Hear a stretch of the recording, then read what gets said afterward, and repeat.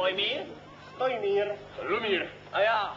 Jsou naše jména. Běženská na vině tomuhle prokletí, nebo to spískal zas nějaký chlap.